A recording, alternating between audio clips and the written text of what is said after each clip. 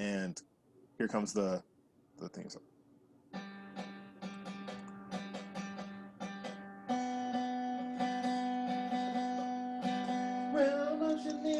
Shenanigans.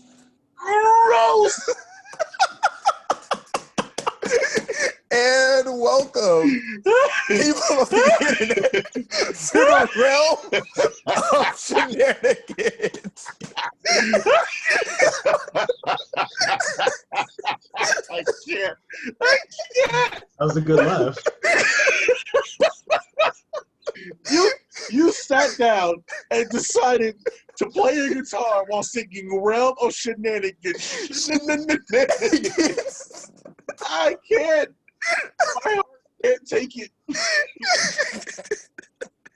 That is going to be our intro forever. It will only be improved upon, never changed. Ew. Will only be improved upon, never change. That was pretty good, though. That was pretty good. Oh, that's gonna be stuck in my head now. Remaining meeting time 9:40. Okay, so they were serious about this, even if I split it into multiple videos. So we got 9 minutes and 44 seconds to do a video. So let's keep these topics brisk, everybody. Let's do it. Let's start it over again. So again, welcome to the Realm of Shenanigans. We're posting this to the YouTube channel, even though we're doing this on Zoom, and Zoom has dumb rules. And today, our subject Stop talking about our sweet, beautiful overlord Zoom. Jeez. Our subject matter is going to be voice acting. So yeah, let's get into it. Let's dive on in. Okay, so, we didn't introduce ourselves. I'm Wacko Swami. Nobody cares. E-Money Squared. Why are we talking about voice acting today? Go into it. Oh, Yoshi. Okay, so I do really I'm very interested in just like voice actors, what they do, how they portray their characters, because you have voice actors who are just like they always portray the normal badass character. You also got voice actors like D. Bradley Baker, he's really known for like the different roles he plays. He's also really widely known for like sound effects and stuff like that. Him and what's this man's name? He played Mr. Nobody in the Doom. You're not gonna know who that is if I say that. Of course not. The guy who voiced K2SO in Rogue One.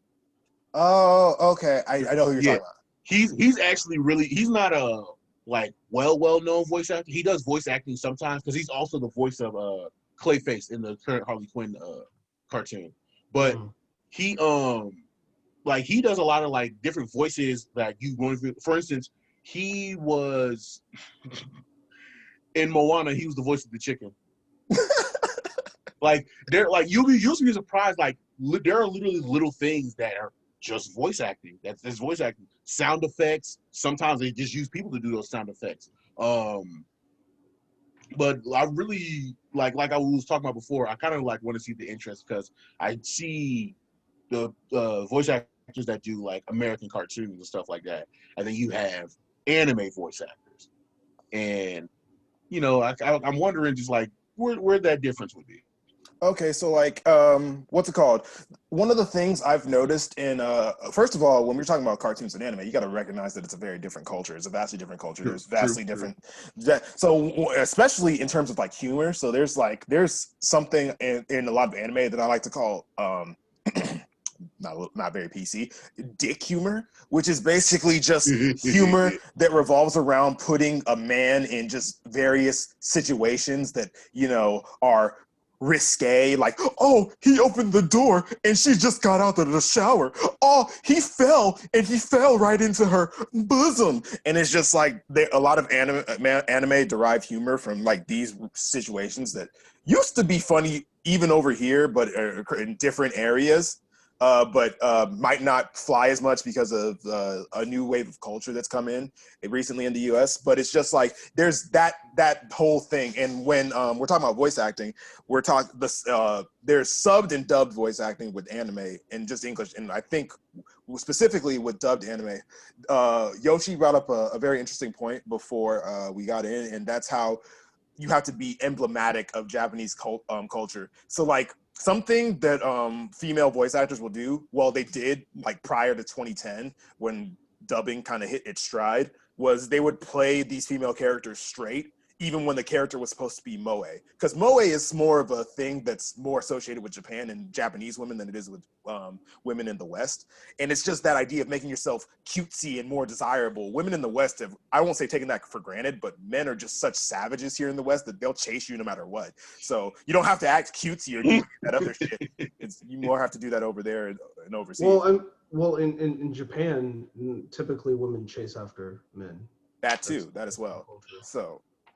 So it's just so yeah, that's something that they weren't doing for the longest time, and then they started doing that. And like a good example is The Devil Is a Part-Timer. The voice actress, the English voice actress who did Chio, actually knows how to do moe. She did moe phenomenally. Like that's the English equivalent of how I believe a moe girl from an anime would actually sound. That was actually very well done. So yeah. That's actually one show I've heard too many people tell me that I need to watch. I have not watched it. That might be next on my list. It's really fun. I will warn you though, it doesn't end. We just got to clap. What's the next topic? I took the clap as like an indicator to just change from one person to another, so we all. Oh, it's changing people? Yeah. Okay. So there was an interview done with all of the voice actors from Final Fantasy 13, right? Mm-hmm. So for all you weebs out there that like to trash on Final Fantasy 13. So the voice actress, I forgot her name, that plays Lightning, she had to do multiple recordings for both the English version and the Japanese version for that character, right? Because they have both of the voices logged into the game. So she had to be able to reinterpret, that character through two different, linguistic perspectives. And she demonstrated this when she was at the little thing, the little thing, whatever you call it, Comic-Con or some shit like that, right? And when she demonstrated it, and then you could tell a very clear difference in like how the personality of the characters as well also completely changes with the voice acting. So you're almost kind of like building the character development through your voice. And then she also presented a third version, which was her own personal contribution that, if it was really good, it would be put into the game. And then she demonstrated it, and it was like this long 10-second wailing scream. And then, yeah, obviously it was not going to be put into the game. Those were comedic purposes. But the voice acting that you see, especially with mediums that will have multiple available languages, is definitely going to be like, okay, these voice actors need to be able to reinterpret the character, more than one time. So that's pretty interesting that you see. Oh, and 2 minutes and 38 seconds before this thing kicks us off, or else it wants me to upgrade to pro. So wrap it up with King Kazama. Mr. Kazama? Yes? Your thoughts? So what are your thoughts? Oh, I thought I was just doing the moderator thing. I'm sorry. I didn't know. Oh, no, you're good. I'll tell you. I'll clap when you have like 30 seconds left. And you have 2 minutes now. Okay. Well, on voice acting, I hadn't really thought about the subject topic in general, honestly.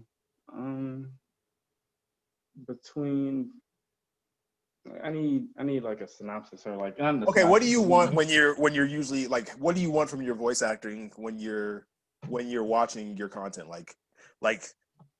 When you're like between like anime and cartoons, like do you expect something from anime? Do you want something more from your anime voice actors in subbed or dubbed? Or when you're watching cartoons, are you expecting something from from your American voice actors? Or have you noticed a difference between the two? Or not. I feel like it's harder to really tell the difference between. Oops, sorry, that's my alarm. Between like a Japanese voice actor in some cases, since we don't really know the language, we don't know if they're really like, you can kind of feel what they're getting from like certain things, but it's kind of harder to judge them on the same kind of bias than I could judge an American actor.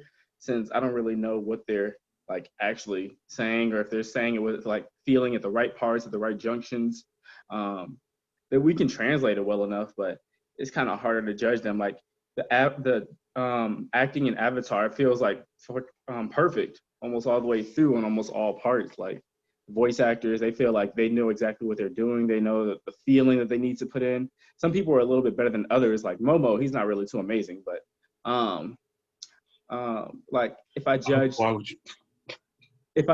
the voice Wait, acting, wasn't that D. Bradley Baker? Wasn't that one of the voice actors that you were talking? Yeah, I thought so. Momo was actually he's one of the big voice. That's the crazy part too. Momo's probably one of the biggest name voice actors in the show. he just voices a flying lemur. That's it. that's all you 10 need. seconds. Oh yeah, we are running out of time. Yeah, but okay, let's wrap it up here. Thank you for joining us in the Shenanigans, yeah. Shenanigans. Make sure to